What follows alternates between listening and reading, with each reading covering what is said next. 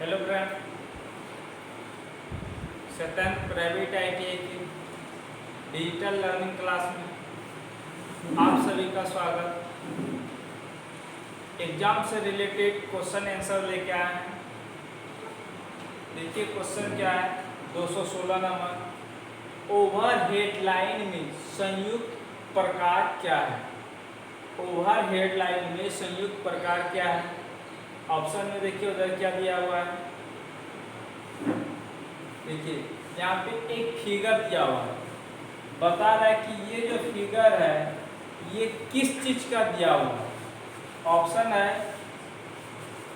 मुड़ा हुआ जोड़, ऑप्शन ए क्या हुआ है मुड़ा हुआ जोड़, ऑप्शन बी सीधे आस्तीन का जोड़, ऑप्शन सी ACSR के लिए संयुक्त संपीड़न, और ऑप्शन डी कनेक्टर के लिए माध्यम से सीधे जोड़। देखिए ये क्या है कि ये एक कनेक्टर के लिए सीधे जोड़ जो है का माध्यम है, यह किसका बना होता है? स्टील का बना होता है। इसलिए ऑप्शन नंबर डी क्या होगा हमारा सही होगा। अगला देखिए क्या है, अगला देखिए क्वेश्चन क्या है। ओवरहेड लाइन के लिए इस्तेमाल होने वाली ACSR कंडक्टर में स्टील को क्यों प्रतिबल किया जाता है? इसको क्यों प्रतिबल किया जाता है? ऑप्शन नंबर ए क्या है लाइन सैग को कम करने के लिए, ऑप्शन बी क्या है लाइन वोल्टेज ड्रॉप को कम करने के लिए, ऑप्शन सी तन्यता बढ़ाने के लिए, ऑप्शन डी क्या है धारा वहन क्षमता को बढ़ाने के लिए। क्वेश्चन क्या बता रहा है कि ओवरहेड लाइन के लिए इस्तेमाल होने वाली ACR एल्युमिनियम कंडक्टर स्टील रेनफोर्ड, ये क्या होता है कि जो एल्युमिनियम का कंडक्टर होता है, जो चालक बनाया जाता है, उसके एल्युमिनियम चालक के अंदर एक स्टील का वायर लगाया जाता है जो कि उस तन्यता को बढ़ाता है, यानी अधिक तन्यता हो जाएगा, अधिक तनाएगा तो एल्युमिनियम का कंडक्टर टूट जाएगा, लेकिन जो ये स्टील का वायर लगा रहता है वो टूटता नहीं है। वही बता रहे हैं उसको क्यों प्रतिबल दिया जाता है, क्यों लगाया जाता है, उसका काम क्या होता है कि वो तन्यता को बढ़ाने के लिए, अधिक तानेंगे तो फिर वो क्या होगा हमारा टूटेगा नहीं। इसलिए ऑप्शन नंबर देखिए ए क्या है लाइन में सैग को कम करने के लिए, इसके लिए नहीं किया जाता है। ऑप्शन बी क्या है लाइन वोल्टेज ड्रॉप को कम करने के लिए, वोल्टेज ड्रॉप करने के लिए नहीं किया जाता है। ऑप्शन नंबर सी क्या है तन्यता को बढ़ाने के लिए। हाँ, तो ऑप्शन नंबर सी हमारा क्या होगा सही होगा, तन्यता को बढ़ाने के लिए जो है ACSR का प्रयोग किया जाता है। तो फिर देखिए हम लोग अगला क्वेश्चन देखते हैं क्या है।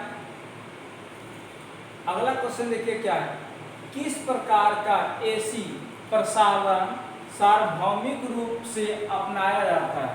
यानी बता रहा है कि किस प्रकार का AC प्रसारण यानी AC वितरण जो है अधिकतम अपनाया जाता है, कौन सा प्रयोग करके, क्या किसका प्रयोग करके जो है AC का प्रसारण किया जाता है? ऑप्शन नंबर ए देखिए 2 फेज 4 तार, ऑप्शन बी 2 फेज 3 तार, ऑप्शन सी सिंगल फेज 2 तार, और ऑप्शन डी 3 फेज 3 तार।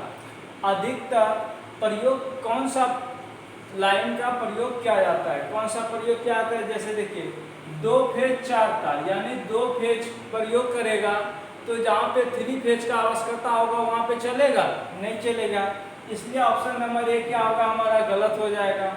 ऑप्शन नंबर बी देखिए 2 फेज और 3 तार, यानी यहाँ भी क्या है 2 फेज है, तो यानी 2 फेज है और तीसरा एक वायर कौन सा होगा तो न्यूट्रल का होगा, यहाँ भी क्या होगा 3 फेज की जरूरत होगा तो वो नहीं चलेगा, इसलिए ऑप्शन नंबर बी भी हमारा क्या होगा गलत होगा।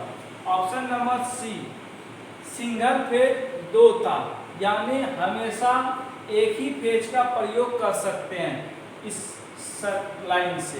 तो इसका भी प्रयोग अधिकतर नहीं किया जाता है। अधिकतर किसका प्रयोग किया जाता है?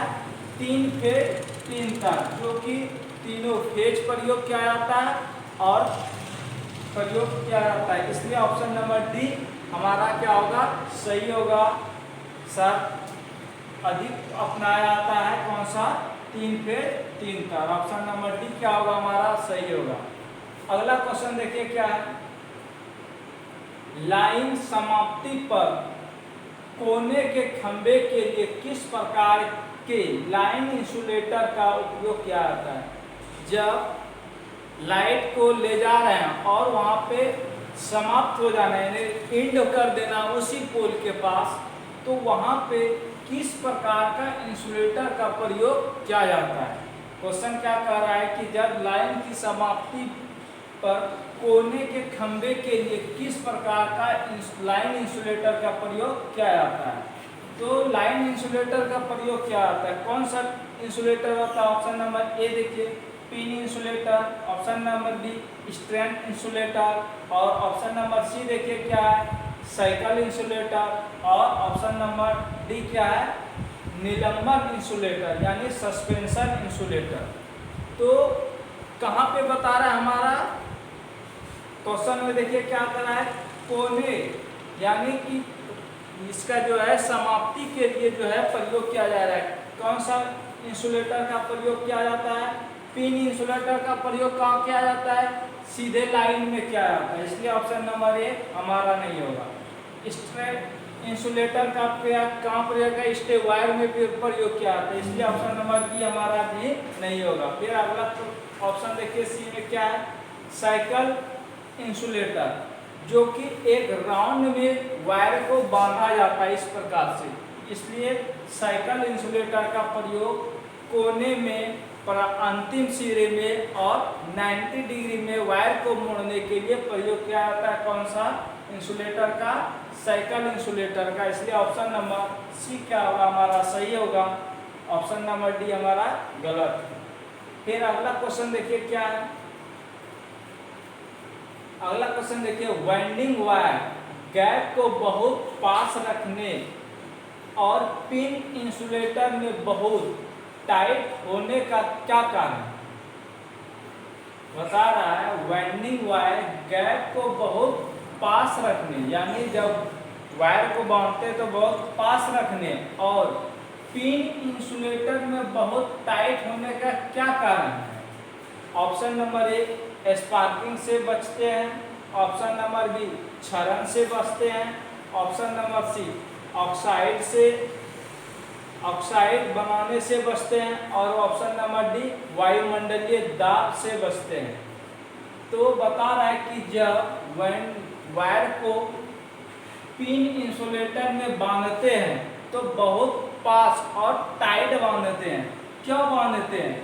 इसका कारण क्या होता है कि वहाँ पे स्पार्किंग से बचा जाता है।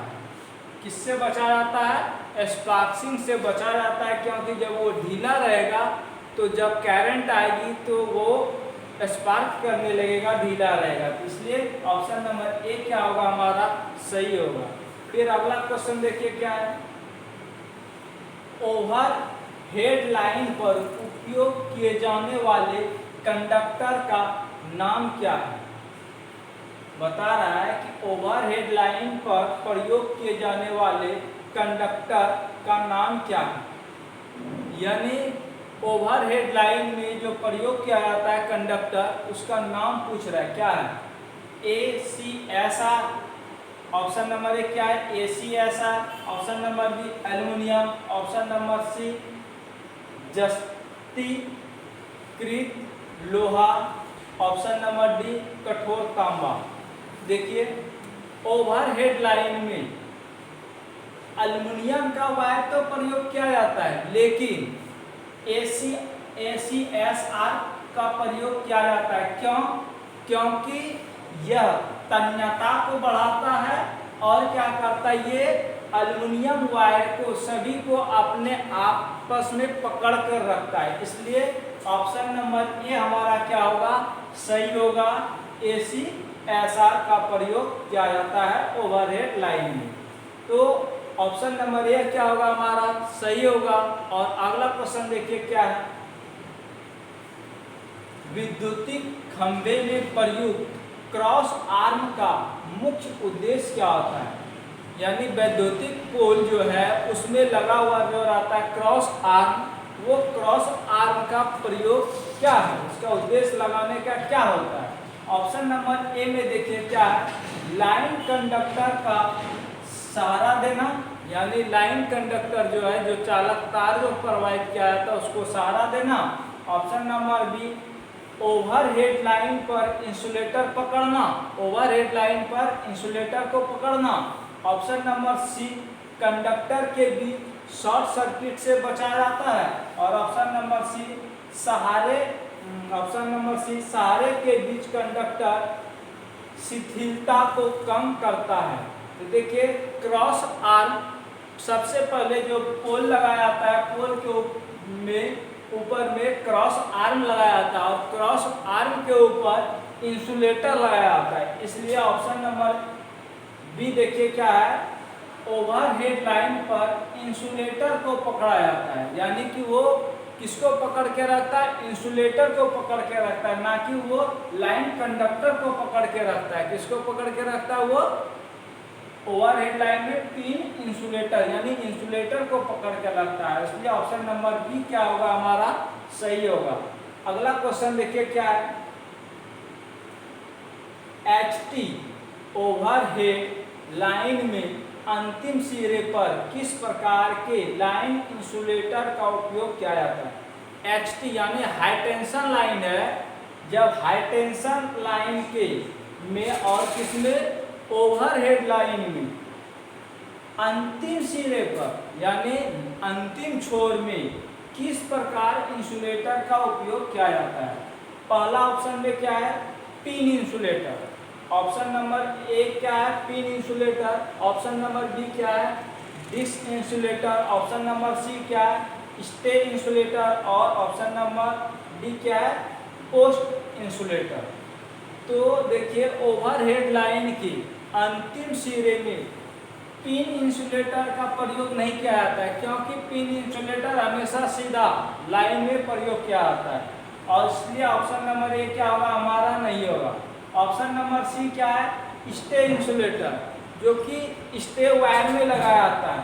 और पोस्ट इंसुलेटर, इसका भी प्रयोग नहीं किया जाता था। ऑप्शन नंबर बी देखिए डिस्क इंसुलेटर है, जो कि एक डिस्क के रूप में लगा रहता है और अंतिम छोर में इस तरह से जो लगाया जाता है, वो डिस्क इंसुलेटर का प्रयोग किया जाता है। इसलिए HT कौन सा किसमें बता रहा है, HT हाई टेंशन लाइन के ओवरहेड लाइन में जो है अंतिम सिरे पर डिस्क इंसुलेटर का प्रयोग किया जाता है।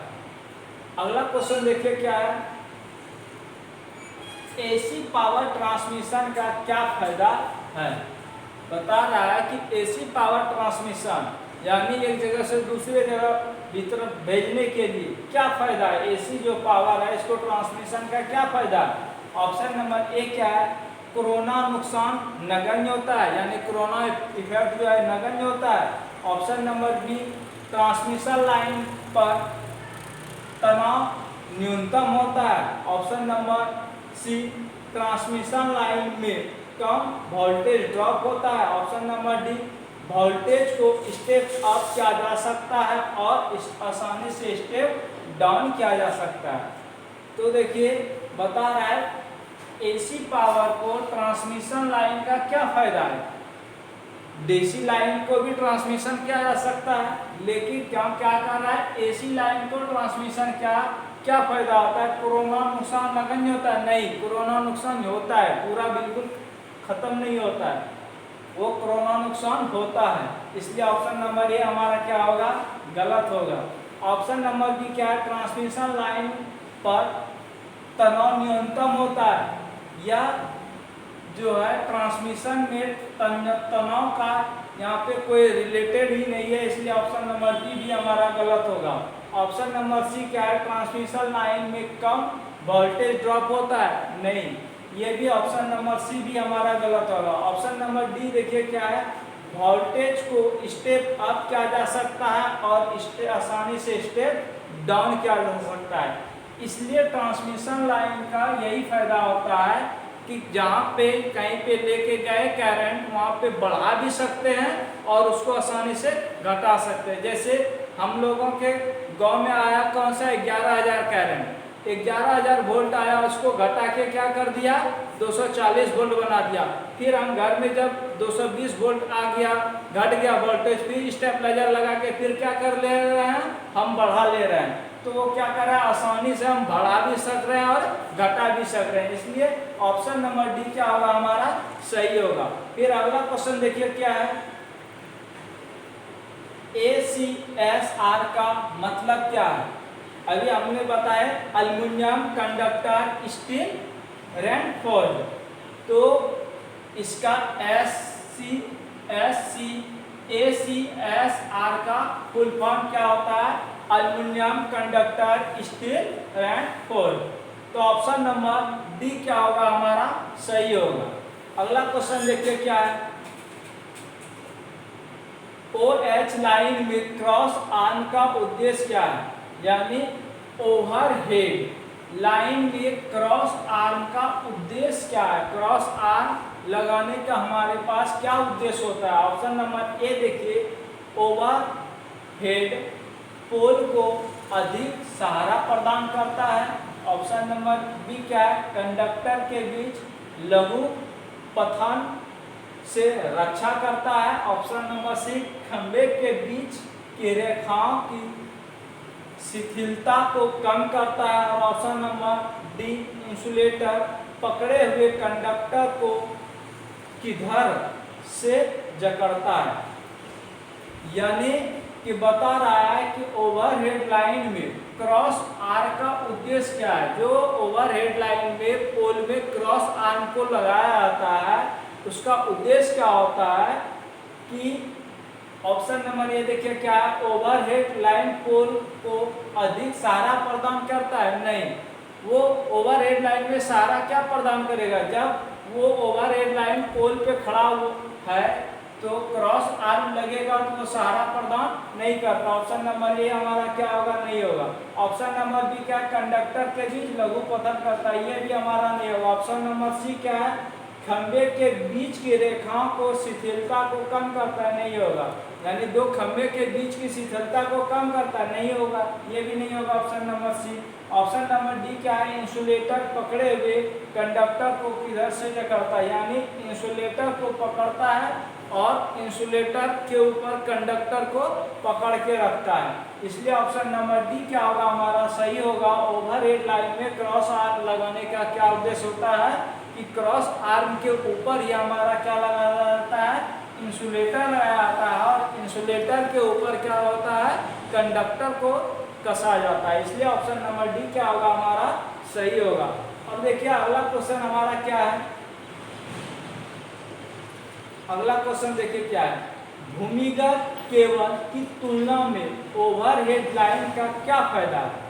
बता रहा है कि जो भूमिगत केबल होता है उसकी तुलना में ओवरहेड लाइन का क्या फायदा है, यानी कि जो भूमि में अंडरग्राउंड वायरिंग होता है उसकी तुलना में ओवरहेड लाइन का क्या फायदा होता है। ऑप्शन नंबर ए देखिए क्या क्या है, सार्वजनिक सुरक्षा अधिक है।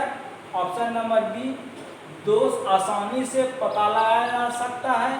ऑप्शन नंबर सी, संचालन लाइन के साथ कोई हस्तक्षेप नहीं है। और ऑप्शन नंबर डी देखिए क्या है,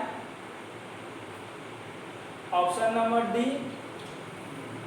देखिए क्वेश्चन देखिए क्या है, भूमिगत केबल की तुलना में ओवरहेड लाइन का क्या फायदा है, यानी जो भूमिगत लाइन है उसकी तुलना में ओवरहेड लाइन का क्या फायदा होता है कि सार्वजनिक सुरक्षा अधिक है।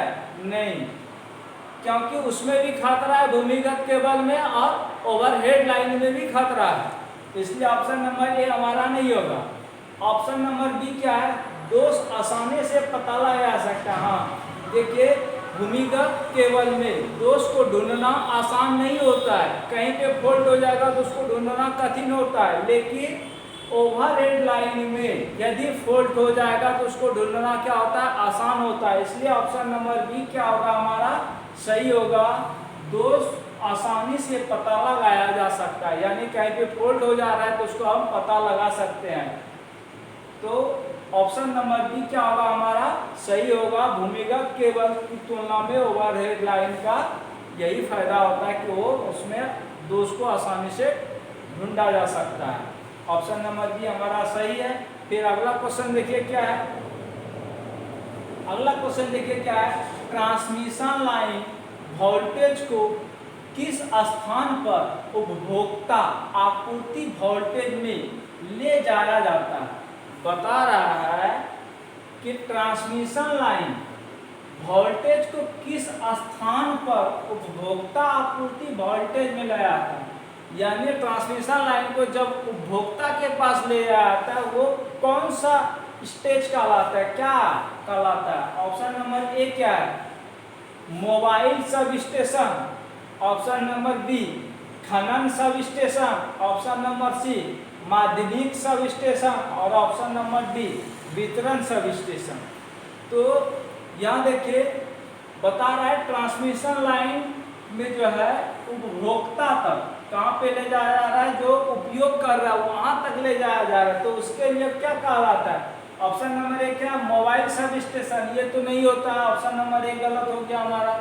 ऑप्शन नंबर बी देखिए क्या है, खनन सब स्टेशन। ये भी नहीं होता है, ऑप्शन नंबर बी भी गलत हो गया। ऑप्शन नंबर सी क्या है, माध्यमिक सब स्टेशन। ये भी नहीं होता, उपभोक्ता तक माध्यमिक सब स्टेशन नहीं पहुंचता है, इसलिए ऑप्शन नंबर बी भी है, सी भी हमारा गलत हो गया। ऑप्शन नंबर डी क्या है, वितरण सब स्टेशन। हाँ, जहाँ से हमारे उपभोक्ताओं तक वितरण किया जाता है, जैसे गांव में 11,000 वोल्ट को 3 फेज में 440 में वितरण किया जाता है, वहीं से उपभोक्ता तक पर ले जाया जाता है, इसलिए उसको क्या कहलाता है, वितरण sub station. Option number D क्या होगा हमारा, सही होगा, वितरण सब स्टेशन। तो अगला क्वेश्चन देखिए क्या है। अगला क्वेश्चन क्या है, यदि डिश इंसुलेटर क्षतिग्रस्त हो जाता है तो डिश इंसुलेटर की स्ट्रेडिंग व्यवस्था का क्या होगा। बता रहा है कि यदि डिश इंसुलेटर क्षतिग्रस्त हो गया तो वो फिर क्या होगा। ऑप्शन नंबर ए क्या है, पूरा तार बेकार हो जाएगा, यानी पूरा तार जो लगा हुआ है डिश में वो पूरा बेकार हो जाएगा। ऑप्शन नंबर बी क्या है, कोई भी प्रभाव नहीं होगा, सामान्य रूप से संचालित रहेगा। ऑप्शन नंबर सी केवल क्षतिग्रस्त डिश कार्य नहीं करेगा। ऑप्शन नंबर डी समीपवर्ती इंसुलेटर और आसान इंसुलेटर कार्य नहीं करेगा। तो ये कहा क्या रहा है कि डिश जो है इंसुलेटर यदि क्षतिग्रस्त हो जाएगा, यानी जो क्षतिग्रस्त होगा वही केवल नहीं कार्य करेगा और बाकी तो सब कार्य करेगा। तो ऑप्शन नंबर सी देखिए क्या है, केवल क्षतिग्रस्त डिश कार्य नहीं करेगा और बाद बाकी सभी डिश क्या करेगा, कार्य करेगा। इसलिए ऑप्शन नंबर ए क्या है, पूरा तार बेकार हो जाएगा, नहीं होगा पूरा तार बेकार।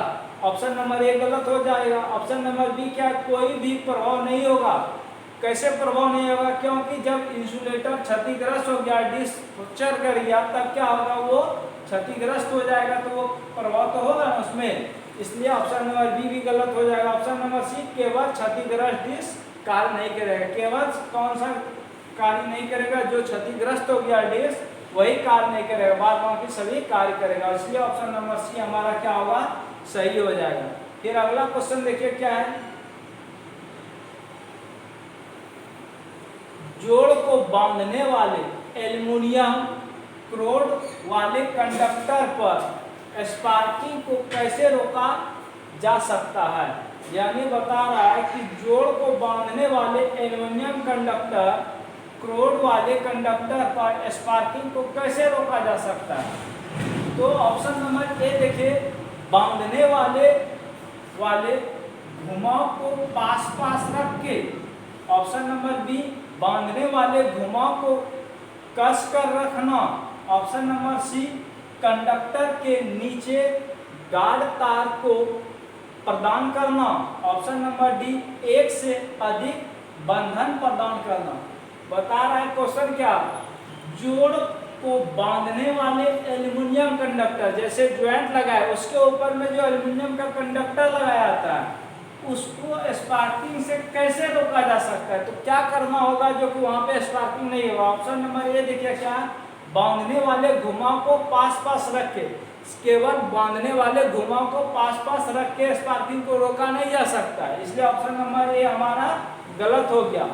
ऑप्शन नंबर सी क्या है, कंडक्टर के नीचे गार्ड तार को प्रदान कर दें। कंडक्टर के नीचे गार्ड जो तार लगा रहता है उसको प्रदान किया जाता नहीं। ऑप्शन नंबर डी क्या है, एक से अधिक बंधन प्रदान करके, कितनों बंधन प्रदान करेंगे फिर भी वो क्या होगा, स्पार्क करेगा।